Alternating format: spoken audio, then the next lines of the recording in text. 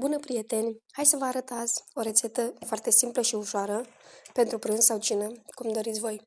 Avem nevoie de 3 zucchini sau dovlecei, chemați cum doriți, niște șuncă presată, asta e lejer afumată, eu am aici niște curcan, brânză, voi puteți folosi orice vreți, ce aveți pe frigider, salam sau bacon, șuncă presată, ceea ce aveți voi, un pic de pesmet, sare și piper după gust și niște parmezan care o să-l dăm pe răzătoare. Hai să începem prin a spăla întâi zucchini și să le tăiem rândele. Am spălat zucchinile, am tăiat extremitățile și acum o să tăiem felii. Uitați, cam așa, nu trebuie nici prea groase, nici prea subțiri. Am tăiat cele 3 zucchini rondele. Ce am uitat să vă spun, că avem nevoie și de niște ceapă verde. În caz de nu aveți ceapă verde, puteți folosi și o jumătate de ceapă uscată, nu este problemă. Acum vom amesteca cele 3 zucchini, le vom pune într-un bol. Le amestecăm cu 4 linguri de parmezan, 4 de pesmet, 2-3 linguri de ulei de măsline, sare și piper. Am amestecat zucchini cu toate ingredientele. Am încercat cu lingura, sincer, dar după aia am apelat la mâini ca să se amestece mai bine totul.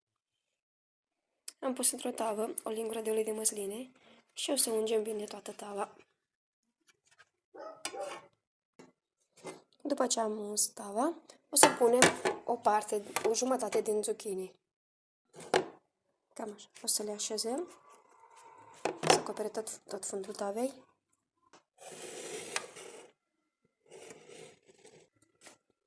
Am acoperit stratul de zucchini cu salam, șuncă presată, ceea ce aveam eu. Iar acum o să punem ceapa verde. Uitați cum așa. Dacă folosiți ceapă uscată, tăiați-o mărunt ca să aibă timp să se gătească. Acum o să punem brânza.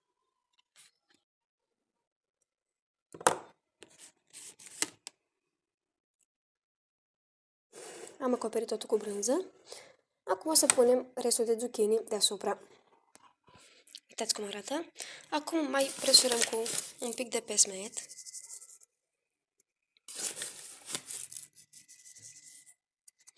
Un pic de parmezan.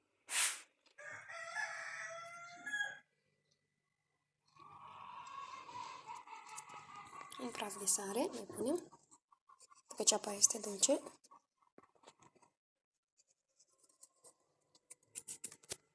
Și un pic de ulei de măsline.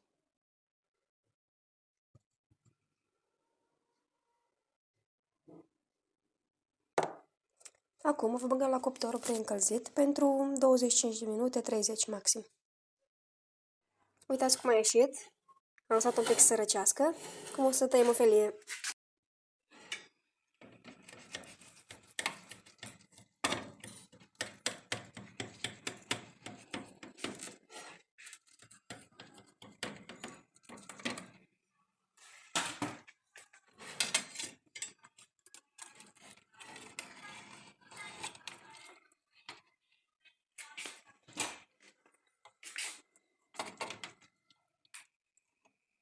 Uitați cum arată.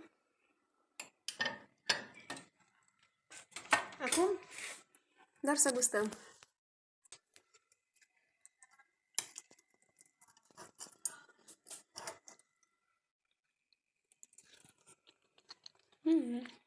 Ce bunătate! Foarte bun!